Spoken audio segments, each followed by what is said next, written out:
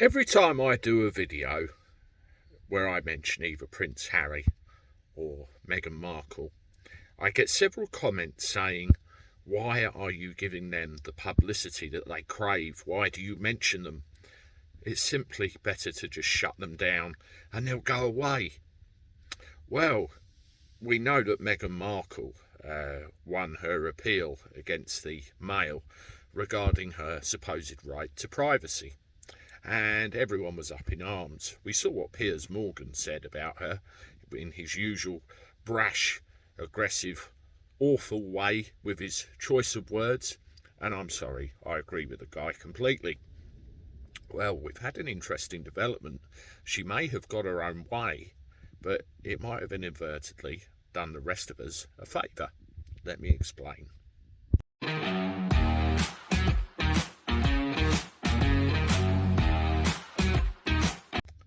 How do everyone? Welcome back to the channel for a Saturday. Hope you're doing all right. I certainly am. Let me know what you've been up to in the comments below, and furthermore what you think about what I'm about to tell you. Well, Miss Meghan the Malarkist, she spat her dummy out in the appeals court and got her own way, basically, didn't she? With the Daily Mail, she won on appeal.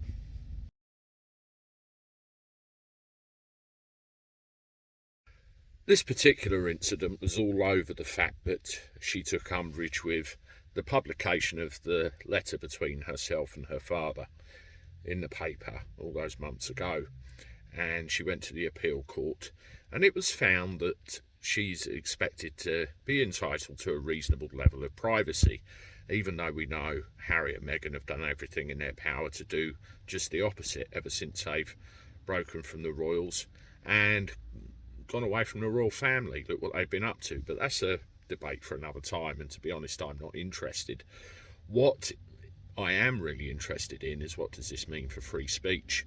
Because there's a fine line between free speech and having your opinion and the ability to express yourself freely, which, you know, is the backbone of what the media in this country is supposed to be. And the likes of me, I have a right to an opinion.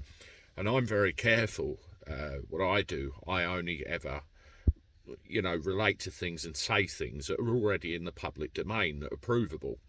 If I say something about somebody, I will never say it unless I can back it up. And I can 100% of the time. So I'm covered. And there are other YouTubers and other people on there that do this thing as well. But what does this ruling mean for free speech? Well, it's got the government very worried. Have a look at this.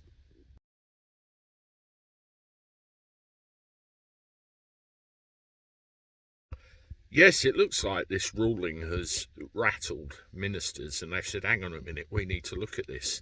We need to look at altering the law to protect free speech.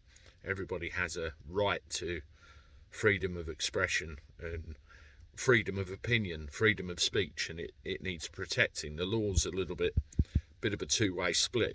One can contradict the other, so we need to look at this.